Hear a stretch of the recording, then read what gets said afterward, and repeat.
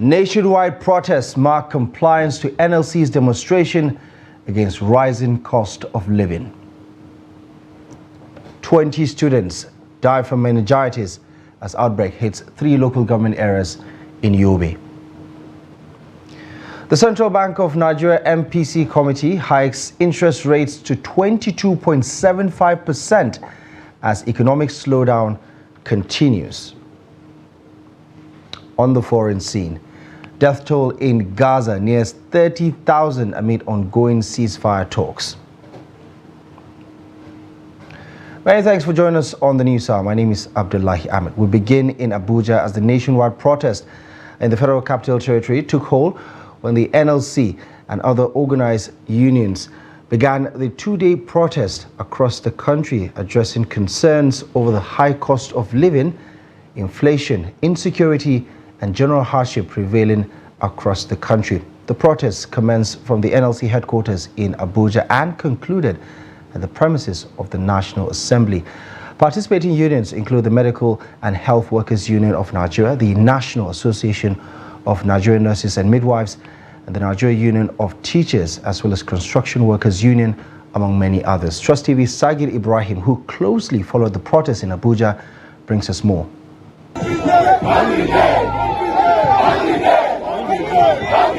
These were the chants which rendered the air of the National Assembly premises as Nigerians in company of the leadership of the Nigerian Labour Congress picketed the Federal Parliament to register the concerns of millions of Nigerians currently facing hardship due to the economic situation in the country. NLC President Joe Ajaero, who submitted the letter containing the demands of the organized labour unions to the National Assembly leadership, decried the dire situation being faced by the average Nigerian citizen, a situation he says the NLC can no longer stomach. There is problem in the land. People are dying of hunger. People are dying of banditry. Insecurity is everywhere. Kidnapping is everywhere.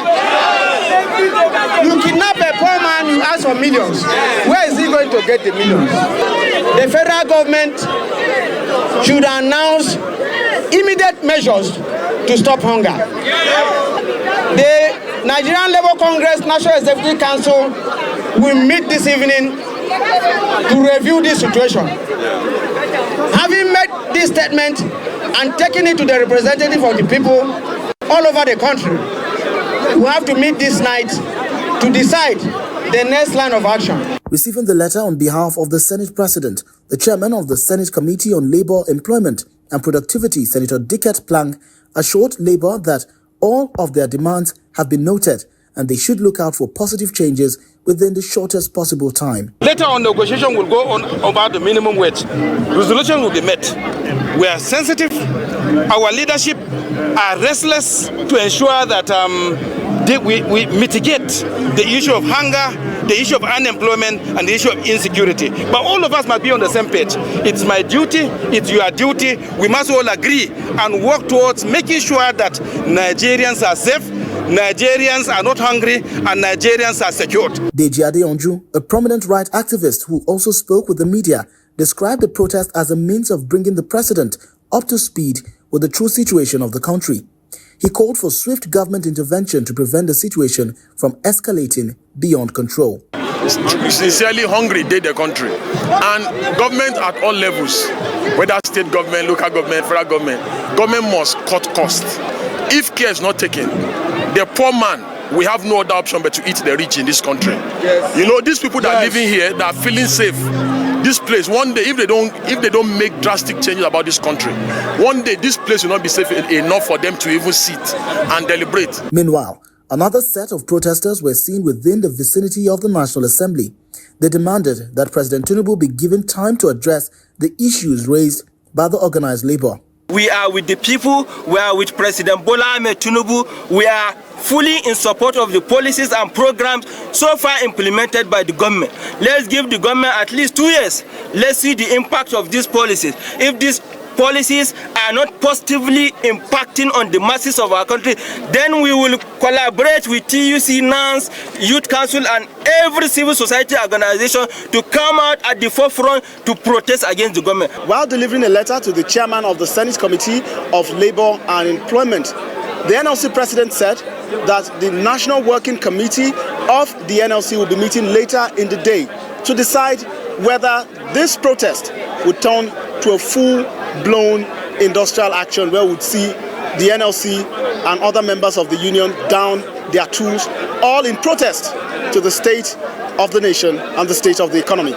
From the National Assembly in Abuja, Sagir Ibrahim, reporting for Trust TV.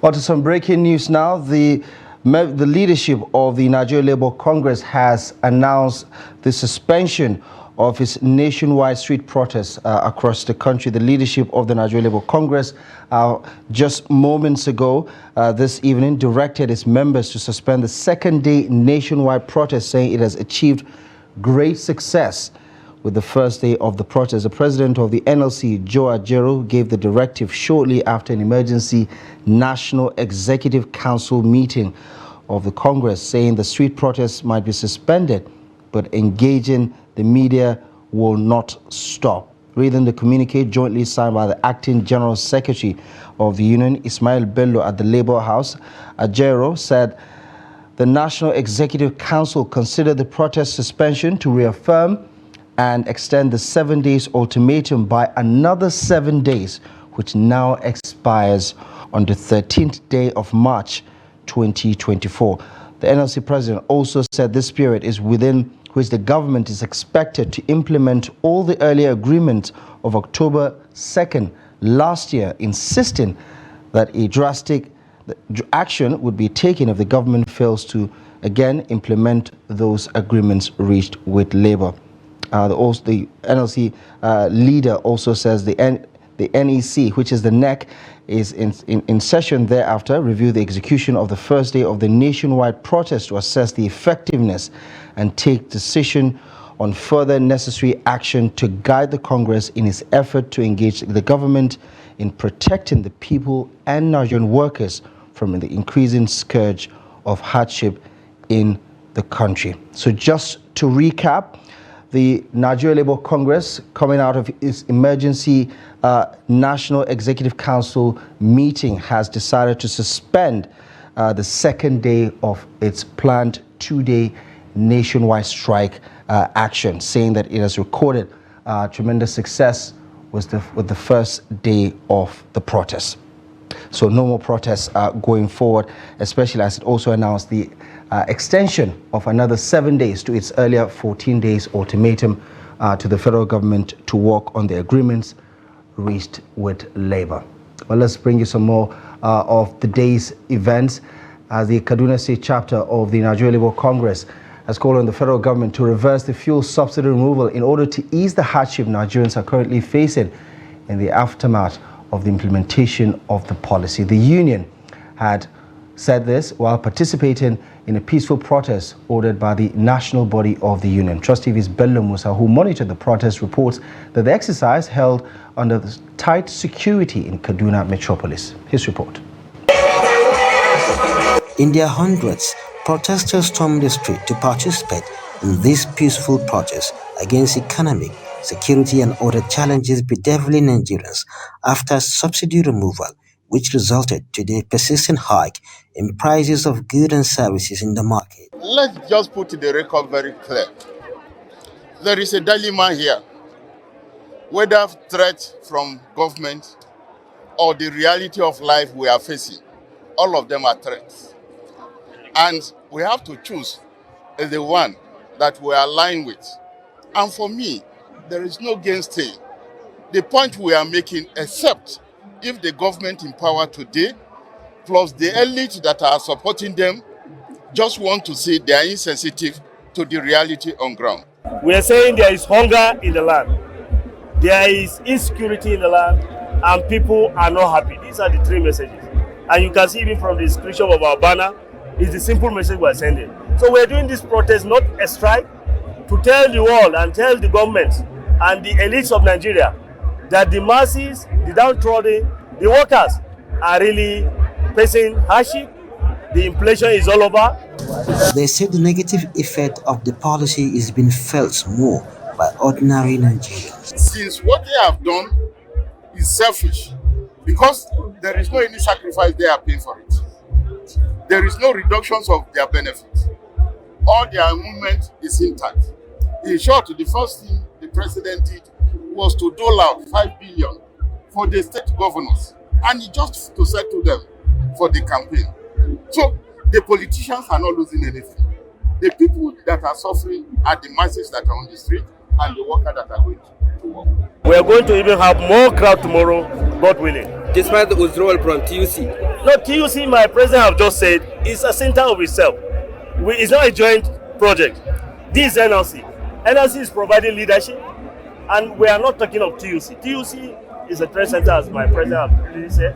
They are on their own, and they have their modality. They have their mode of operation. The protest commenced from the NLC Secretariat, went through the State Assembly, and terminated at the Union Secretariat. Bello Musa, Trust TV News. More from the protests earlier today. Low turnout on Tuesday highlighted the protests organized by the Nigeria Labour Congress in Kano State over the current high cost of living in Nigeria. The workers, though few in number, are asking the federal government to implement measures that will help mitigate the current hardship across the country. Trust TV's Idris Jibrin reports that just a few hundred protesters attended the rally in Kano. Carrying placards with different inscriptions, members of the Nigeria Labour Congress, Trade Union Congress and other relevant stakeholders are out on the streets of Kano metropolis to demand for action from government.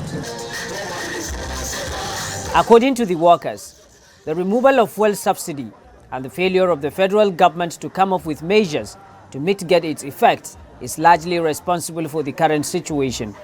An agreement was reached between the federal government and the organized labor. 16 items were agreed upon. None of the item was implemented 20%. It amazes us, after issuing our intention to embark on this protest, federal civil servants were paid their wage awards for 4 months in 5 days. What a cruel system. Does it mean that the money was there? Does it mean that the government have the capacity to pay them and it did not? The protesters who began their protest at the racecourse ground to the government house are, among other things, asking for the reopening of land borders and other measures to mitigate current hardship, as well as the immediate payment of wage awards to workers. Part of what the Congress is asking for is adoption of measures to mitigate the increasing hardship in the country via mechanisms that will allow for immediate food availability locally.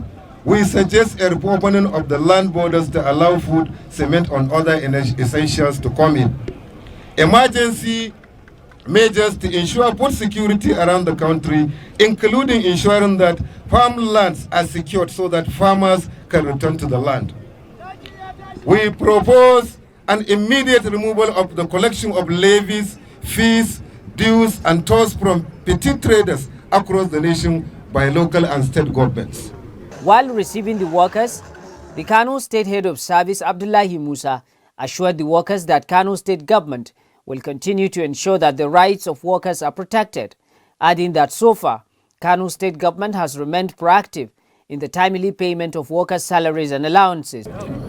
We have received your letter, we have heard the content of the letter, and the government will inshallah deliver the letter to Mr. President for actions on issues raised in the letter. On the issues of wage award, which you have been mentioning, with you and us, we met, we agree on what you have said to yourself, and inshallah, plans are underway to very soon attend to that request. Despite the low turnout, the leadership of the Nigeria Labour Congress assured that the protest will continue on Wednesday. Idris Jibrin, Trust TV News, Kano. Elsewhere, the protest by the Nigerian Labour Congress over the current state of the economy has elicited mixed reactions. While the labour unions say it is acting in the best interest of the masses, some residents in Gombe State have accused the union of worsening the situation, suggesting it is better to seek alternatives than resort to traditional protest. Hassan Koli has more on their views. On Tuesday, the Gombe chapter of the Nigeria Labour Congress participated in the nationwide protest in solidarity with the other chapters to drive home the message that Nigerians are unhappy with the current state of affairs. However, some individuals expressed the view that the protests are symbolic and do not yield result in the long run. The NLC consistently assert that their protests are in the best interest of the masses. However, in my opinion, they often prove ineffective. I believe that the labor unions primarily benefit from such protests rather than people like myself. I have even heard that the president directed the release of tons of grains and grants for small-scale business owners, yet I have not received anything so far. For individuals like Usman Producer, the protest may serve as a means of addressing issues, but there are likely more effective measures to swiftly address the current hardship. While this protest holds significant importance for all of us as means to appeal to government to alleviate our hardships, the most effective approach to tackling the current economic situation may lie in implementing a price control policy. The labor union has reiterated that protests are the sole means to effectively communicate to the government the severity of the challenges posed by escalating insecurity and economic downturn affecting the lives and livelihoods of millions of Nigerians nationwide. Hassan Koli, Trust TV News, Gombe. Staying with the protest, the Nigeria Labour Congress on Tuesday held a peaceful protest in Jos, the Plateau State capital, to draw attention of the federal government and state governments to the high cost of living in the country. The protest is in line with the directive of the national body of the union, which had ordered a nationwide protest over the biting economic hardship, as well as the failure of government to honor its agreements with the organized labor. Adu Musa monitored the protests in Jos and now reports. Security operatives, including the police, soldiers and civil defense corps, had already stationed at the Federal Secretariat roundabout, which is the venue of the protest, even before the arrival of the protesters, to ensure that the exercise went on smoothly. Members of the NLC gathered at the venue of the protest to voice their dissatisfaction with the economic hardship being experienced in the country. Addressing journalists, the state chairman of the NLC, Eugene Manji, said the protest was to draw the attention of the government to the difficulties Nigerians are facing following the removal of the fuel subsidy. Everybody is facing the harsh condition.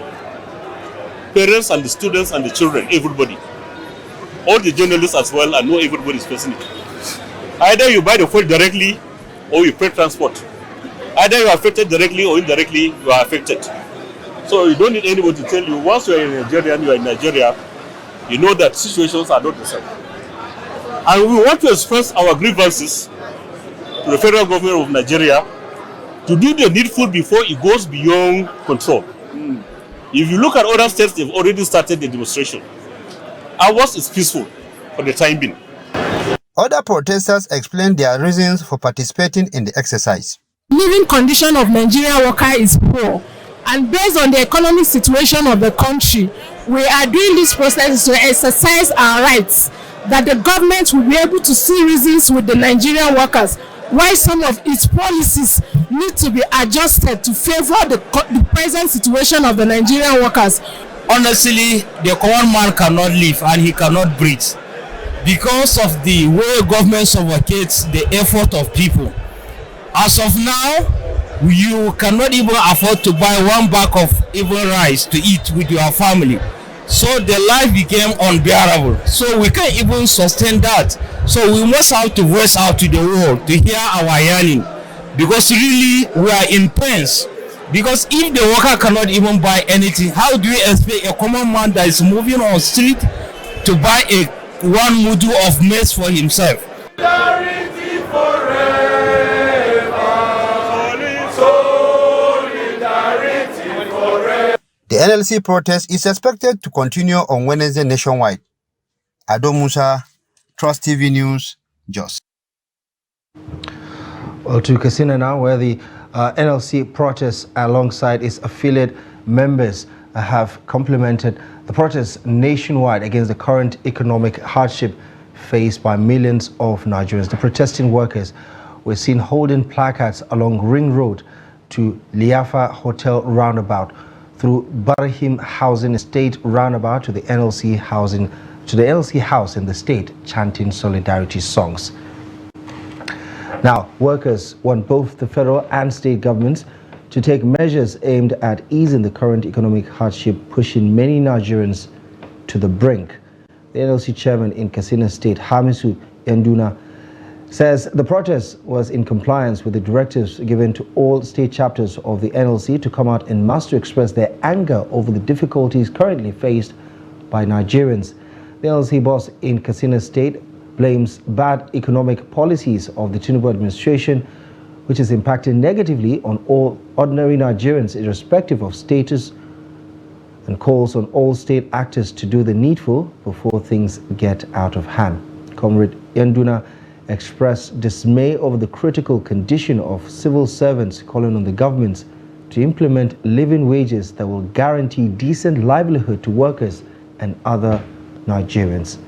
Abdullahi Murari reports that Katsina residents were fully behind the NLC and also blamed government for its ineffective response to address the plight of the people. Today, the 27th of February 2024, during a two-day protest, fraternal greetings from the leadership of the Congress, Katsina State Council.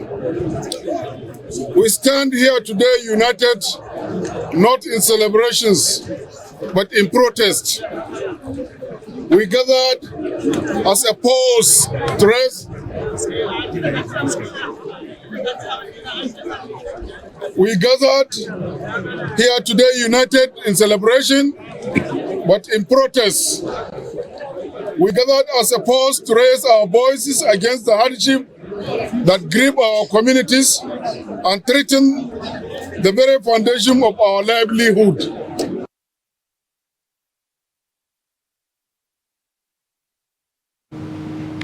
Now, divergent opinions continue to surface regarding the nationwide peaceful protest orchestrated by the Nigerian Labour Congress concerning the prevailing hardships in the country. Despite many Nigerians grappling with the high cost of living, the NLC's protests experienced low turnout in certain states across the country. On Monday, the federal government was unable to persuade the labor unions to call off the protest. Trust TV's Ibrahim Ismail in this report samples the views of residents in the federal capital.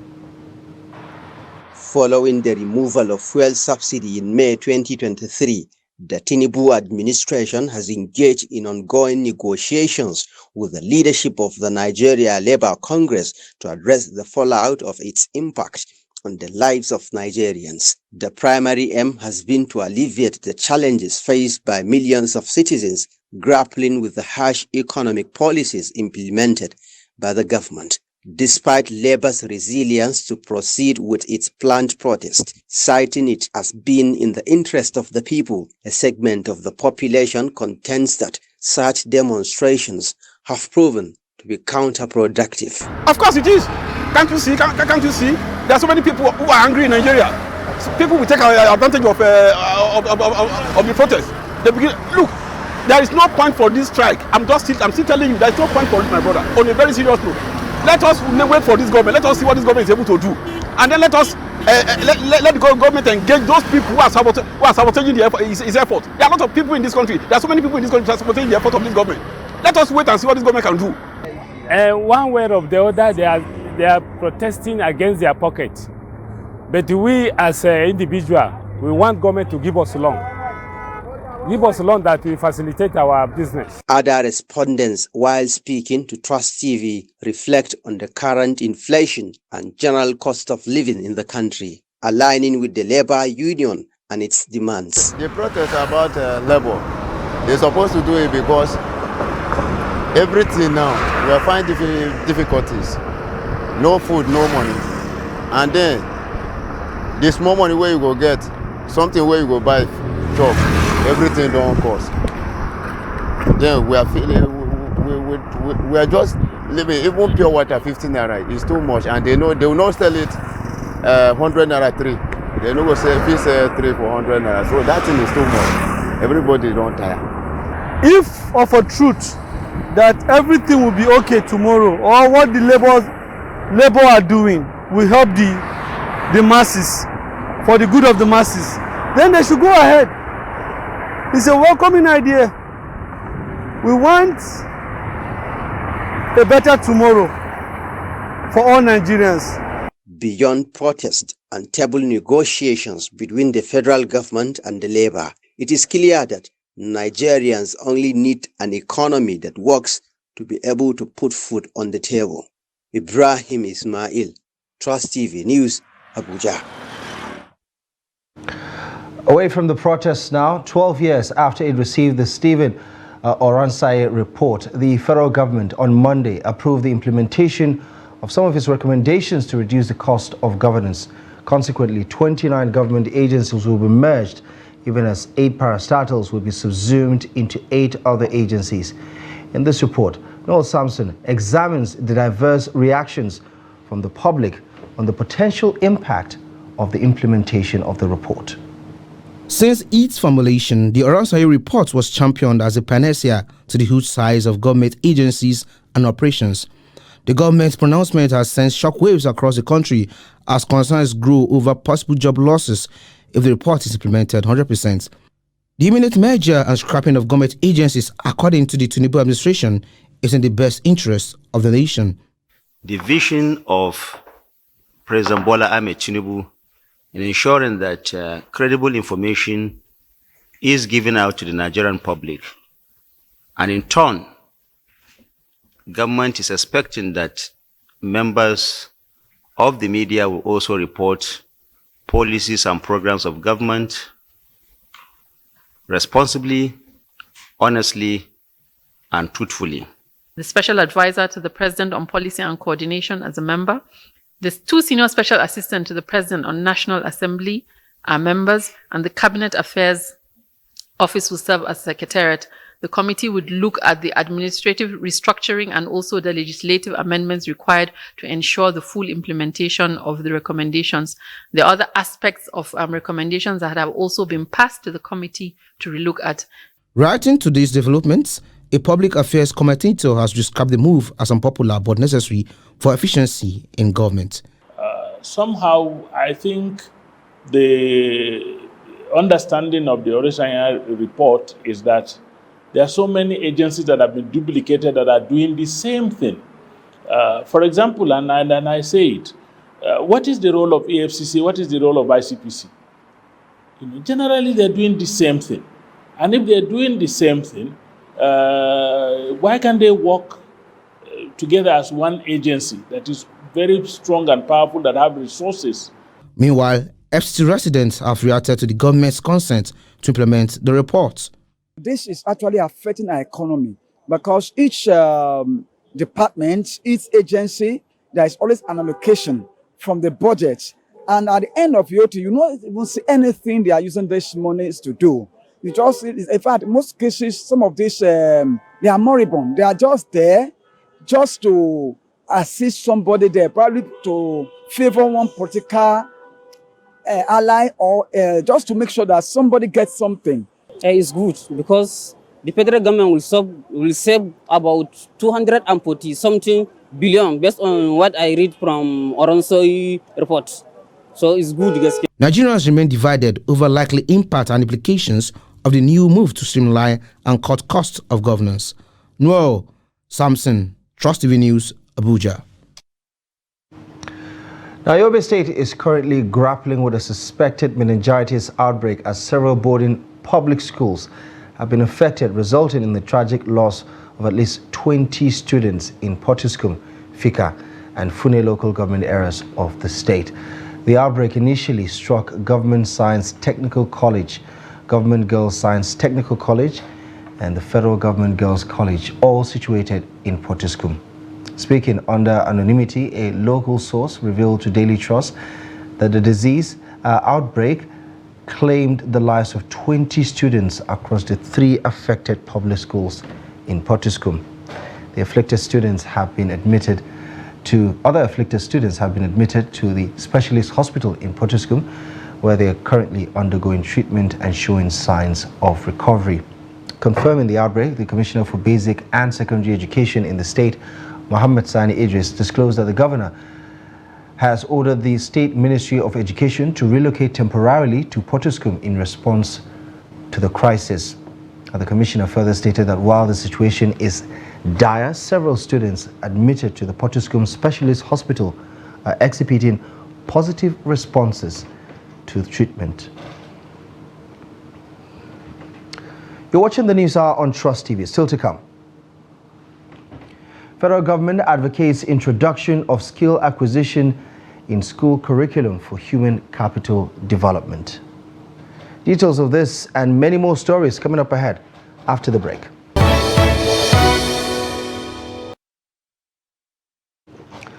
Welcome back to the news. Let's take another look at the headlines. NLC calls off second day of protest as compliance is observed 100% across the country. 20 students died from a possible meningitis outbreak in Yobe State. Moving on to some of the day's other news stories, the Katsina State Police Command, in collaboration with the military, has rescued 10 kidnapped victims between Kukar, Babangida and Engaya Feeder Road in the state. The rescue, which was effected on Sunday, followed a routine patrol along the Feeder Road by a joint patrol team which came under serious fire from suspected armed bandits. A statement by the Katsina State Police Command spokesperson Abubakar Ali on Tuesday noted that operational competence of the patrol team promptly returned fire and succeeded in foiling the ambush and also rescuing 10 kidnapped victims in the process. The statement added that the State Commissioner of Police has commended the officers for the exceptional display of gallantry, urging the people of the state to continue to support the police as well as other security agencies in the state with timely information for swift and decisive action against all forms of crime and criminality in the state. Still talking security, the Taraba State Police Command says it has rescued over 40 kidnapped victims and arrested 10 kidnappers in Zing and Yoro local government areas of the state. The Taraba State Police Commissioner David Iloya Lomo disclosed this during a press briefing at the headquarters of the command of the anti-kidnapping squad in Jalingo, the Taraba State capital. The report. Commissioner Iloya Lomon stated that as part of efforts to complement the efforts of sister security agencies in tackling kidnappings and banditry in the state, the command, in collaboration with hunters and vigilant groups, arrested 10 kidnappers and rescued over 40 abducted victims that were in captivity for weeks. The ones I am going to relate to you now is the one that happened at Gomaliki Mountains and beyond, where 40 kidnapped victims were rescued from the kidnappers' dens. They have been taken to the police clinic for medical examination, counseling, and treatment. The victims have various degrees of injuries and ailments, including one Musa Mashi, who has two gunshot injuries, while the right eye of one Sunday was plucked out by the kidnappers. So they are all referred to specialists for further treatment. Some of the rescued kidnapped victims said they spent almost 3 months in the kidnappers' den, adding that kidnappers had vowed to kill them unless the government called them for negotiations. Fidelix. The kidnappers picked us up on Sunday night and threatened to take us to Cameroon and kill us there. When they saw the police, they started shooting and abusing them and asking them to come pick our corpse. They shot me and the other man beside me and thought we were dead. Both of us sustained gunshot injuries. They later kidnapped me, my father, and my mother.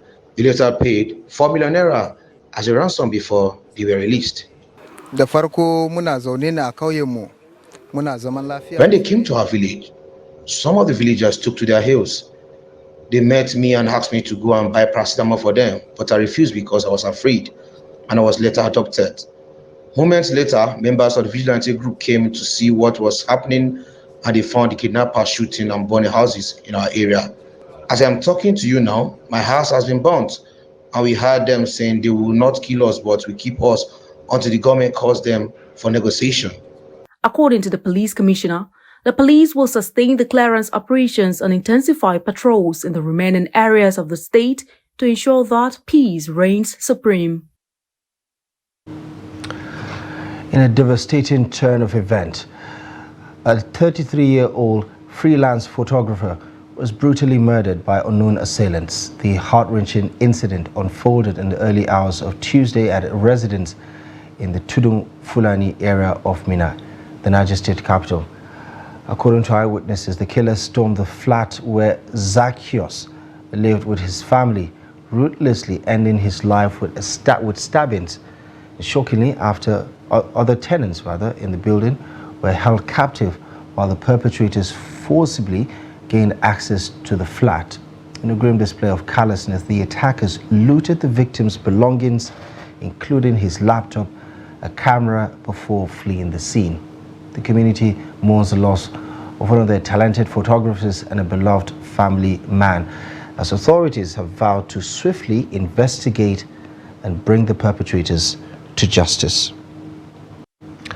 Now, fish plays a crucial role in maintaining a healthy and balanced diet, as they are an excellent source of protein, essential vitamins, and omega-3 fatty acid. Victoria Tokolo visited the Oluwo Fish Market in Ekpe, in the largest fish market in Lagos, and sheds light on the challenges faced by fish traders in the bustling market. Her report.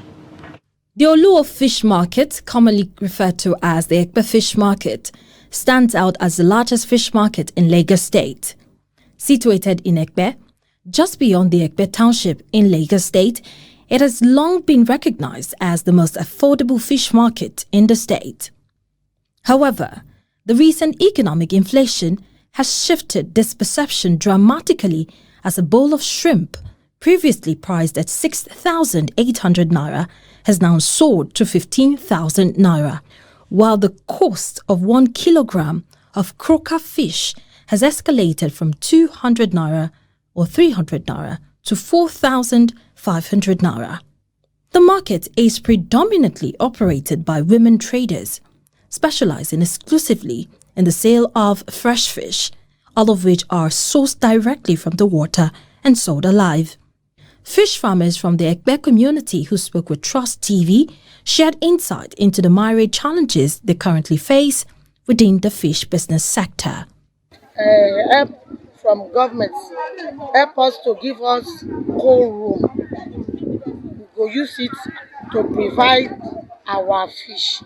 Firstly, secondly, the leaf wey dey the river now, I think you see the leaf is disturb all of the farmers, because the leaf dey kill our fish. When e kill it, after 30 minutes, e go spoil. We call it in our Yoruba land as a gbebo, but it's disturbing our canoe. When we are coming in the morning, when we start in the 6:30, we can reach this place at 12 o'clock, 1 o'clock, because of problem of this thing. Wetin government want to do for Ekpe, say make e help us this thing. Make it government, make it do for Ekpe, make it help this thing for comot from this river. So Ekpe fish, if you come, you go see better fish. An array of boats sails into the bustling Oluwo market, each laden with fish from various rivers and lakes. The market is alive with activity, and citizens from both the city and countryside flock to purchase their preferred fish directly from the water. In rainy season times, the rain was falling. If the rain did very well, you cannot even move. You stay for one place. Because if the rain not even heavy, you can move about it. This fish is a dosun. We call it a dosun Yoruba. Dami in English. We have big one. This one is a small one. We are not in the season now. When we are in the season, we need the big ones. Ekbe's Oluwo Fish Market stands as the premier destination in Lagos State for the sale and distribution of freshwater fish, not only serving the local populace, but also catering to the needs of neighboring cities across the state. The market buzzes with activities as fish retailers from various cities converge to procure the finest catches available. Madam fish, I dey buy am for a pen. I dey buy am before. I dey buy am 10,000. But now, everything dey cost. I dey buy am 30,000, 25,000, 40,000.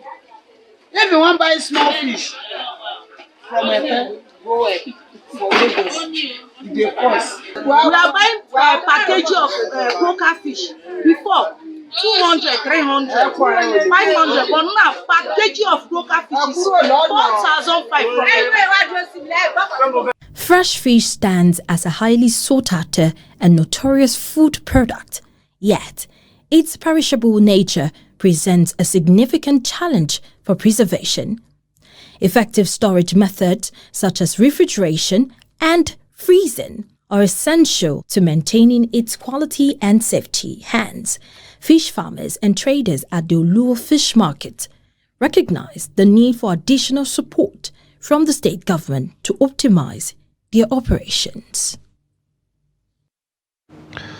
The federal government says efforts are on to reintegrate skill acquisition into the school curriculum. The Minister of State for Education, Yusuf Sununu, disclosed this while pledging support for the National Sewing Talent Hunt in Abuja. Here's Trust TV's Habibat Ajayi with the rest of the story. In a country where innovation and progress are a common phenomenon, government support, as conveyed by the minister, will further enhance the employability of young Nigerians and consequently reduce unemployment rates. Minister Sununu emphasized the importance of embracing homemade Nigerian goods and encouraged citizens to support local industries. Government is thinking out of the box. How do you encourage individuals to invest in their own skills? How do you make them to expand? And the time is not any other time than now. And that's why in our own thinking we're also looking at the review of the idea projects, which is going to provide those skills and knowledge, character to children to ensure that some funds are given to engage artisans in their activities so that we can fund them. Brains behind the National Sewing Talent Initiative are calling on relevant stakeholders to address the stigmatization of skills acquisition in the country. Part of Nigeria whatsoever, who has the skill and the talent in vocational skill, by this will get a platform to express himself and get celebrated and become the role model that challenges every other person, that through such kind of medium, a child of a nobody in Nigeria could receive a presidential handshake and tomorrow become a role model to inspire and encourage every other child. By promoting the embrace of locally made goods and addressing the stigma surrounding skills acquisition, the government is paving the way for a more prosperous and innovative future for the nation. Habibat Ajayi, Trust TV News, Abuja. In other news, the Monetary Policy Committee of the Central Bank of Nigeria has increased the benchmark interest rate by 400 basis points to a record 22.75%. The Central Bank Governor, Olayemi Cardoso, disclosed this while reading the communique of the first MPC meeting of the year on Tuesday in Abuja. Trust TV's Chamunda Beng tells us more. Nigeria's inflation rate, coupled with several economic challenges, has continued to put a strain on the country's economic stability. However, to tame the tide of rising inflation, the Monetary Policy Committee finds it imperative to jack up the interest rate by 400 basis points. Raise the MPR by 400 basis points to 22.75 from 18.75%. Also concerned about the distortions in the foreign exchange market that have been responsible for the declining value of the naira, the CBN clarified a new regime which provides a $20,000 window to genuine bureau de change operators to access. The committee's decisions were centered on the current inflationary and exchange rate pressures, projected inflation, and rising inflation expectations. In what appears to be a departure from the past, the Central Bank of Nigeria reiterates its decision to move away from interventionist approach to financing to now focus on its key mandate. Chamun Dabeng, Trust TV News, Abuja. Let's get some more business updates now and join Chiamaka Enendu for the latest. This is the Business News segment. My name is Chiamaka Enendu. News coming from the CBN.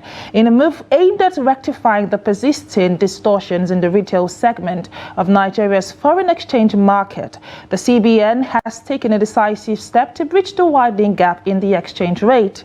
And through a circular released by Hassan Mahmood, the Director of Trade and Exchange Department, the CBN has announced its decision to distribute $20,000 to each eligible bureau de change operators across the country. And this initiative is part of the broader effort to achieve a market-driven exchange rate for the naira and alleviates the pressures feeding into the parallel market. And this allocation will be sold at a rate of 1,301 naira per dollar, reflecting the lower band rate of executed sports transactions at the Nigerian Autonomous Foreign Exchange Market as of the previous trading day dated February 27 to 2024, and this strategy is anticipated to inject the much-needed liquidity into the market and stabilize the naira's value. And now to other news. In an unexpected turn of event, sharply contrasting with the prior optimistic outlook of U.S.-Nigeria economic relations, Nigeria observed a dramatic 88% fall in its foreign capital intake from the United States during the last quarter of 2023, according to the National Bureau of Statistics.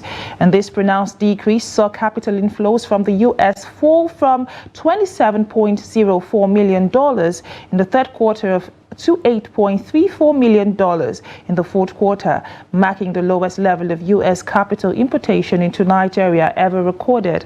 And this downturn is not merely a quarter anomaly, but also signifies a distressing 80% year-over-year decline from $42.16 million recorded in the same quarter of the preceding year, highlighting a notable warning of American economic interest in Nigeria as the year concluded.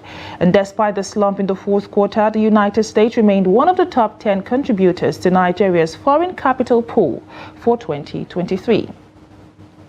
And right about now, let us see how the NGX fared during today's trading session, where we did see the all-share index drop by 1.38% at 101,995.21. The market cap hit 55 trillion naira, with a volume of trade hitting 280,463 million. The value of trade hit 6.12 billion, with 9,141 deals exchanging hands on the floor of the exchange.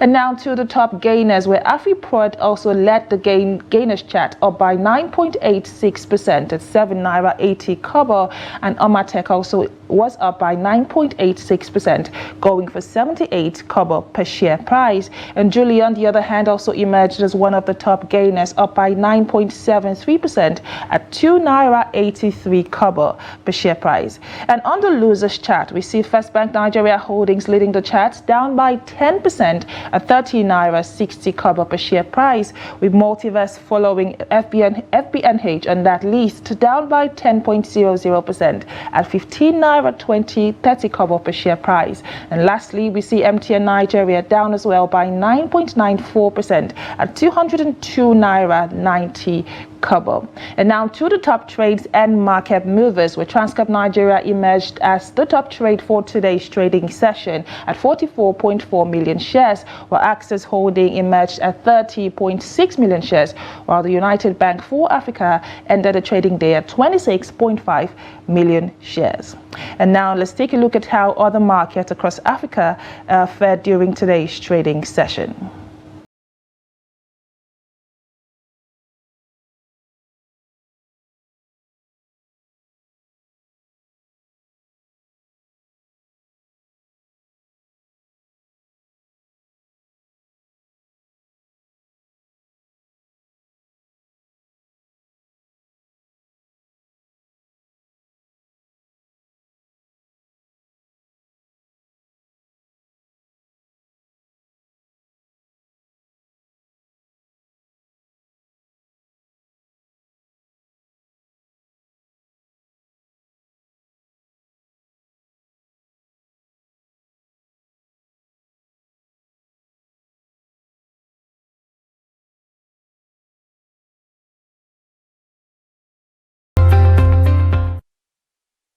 And now to the currency market, where we did see the naira appreciate over other currencies at the parallel market, where the forex is sold unofficially, aligning with heightened efforts to address the persisting depreciation of the naira in the parallel market. Let's take a look at how the naira fared against other currencies.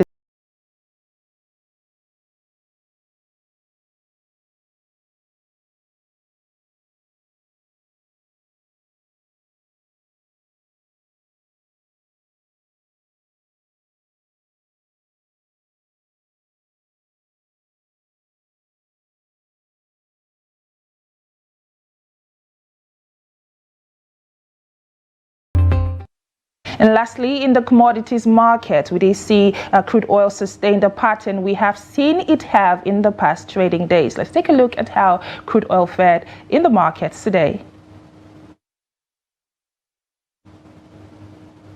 And that's it on the business news. My name is Chiamaka Enendu. Back to the news. All right, let's take a look at developments on the international scene. Gaza's health ministry says 96 people have been killed and 172 wounded in 24 hours. Meanwhile, Foreign Ministry spokesperson Majid Al-Ansari says Qatar is optimistic that a deal on a ceasefire or cessation of hostilities would be achieved before Ramadan fast commences, while United States President Joe Biden says he hopes, quote, by next Monday there will be a ceasefire to allow the captives to be released from Gaza. He added that there is a commitment from Israel not to conduct activities during the holy month of Ramadan, which would give time for the captives to be brought out of Gaza. President Biden says as well that this would create a dynamic that perhaps would lead to a longer-term solution.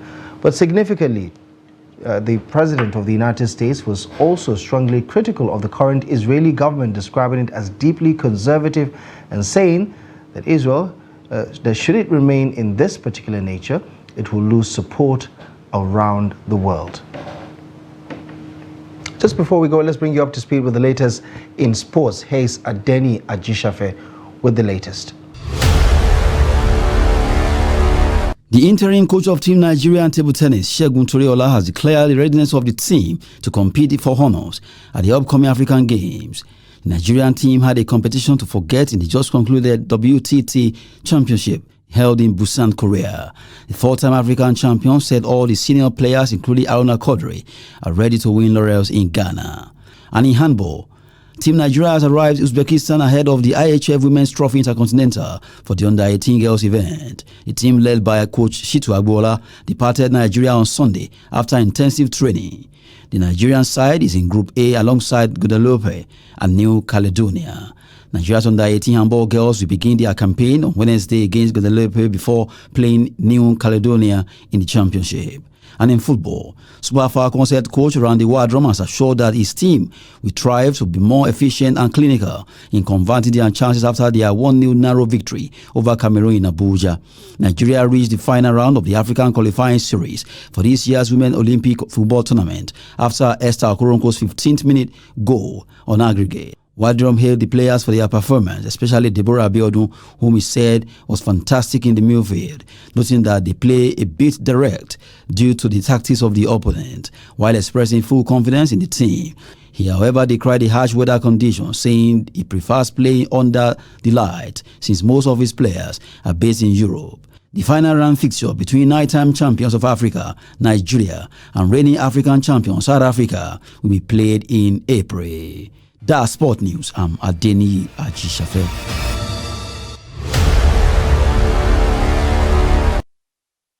And that brings us to the end of tonight's bulletin. Thank you most kindly for joining us. As always, we encourage you to follow us across our social media platforms to catch up with more of our contents. And of course, check out our website, trusttv.com, for the latest news and documentary. My name is Abdullahi Ahmed. For myself and the rest of the team, thank you for joining us tonight.